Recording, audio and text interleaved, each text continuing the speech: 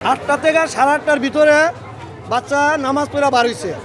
বারোর পরে তাকে খুঁজে পাওয়া যায় না, খোঁজাখুঁজি হইতে হইতে 11টা বাজে তারা যে পাশের বিল্ডিংয়ের হাউজের নিচে তারা পাওয়া গেছে। বাচ্চা বিস্কিট মুখের ভিতরে দিয়া তাকে মারা হয়েছে এবং এখন বলতেছে যে তার মেয়ে তারা নিজে মাইরা হাউজে ফেলাইছে। তার বয়স হলো 6 বছর। বাচ্চার নামটা জান্নাত। আমরা আলামত কোনো কিছু না, নিচে উবুতে হয়েছে, পরে আমরা তারা উড়ানো হয়েছে, উড়ানোর পরে ঝাঁকি দেওয়া হয়েছে, মুখে থেকে বিস্কিট বার হয়েছে। বাচ্চা কখনো বিস্কিট খায় না। পোস্ট ম্যাডামে কী বলছে তা আমরা জানি না।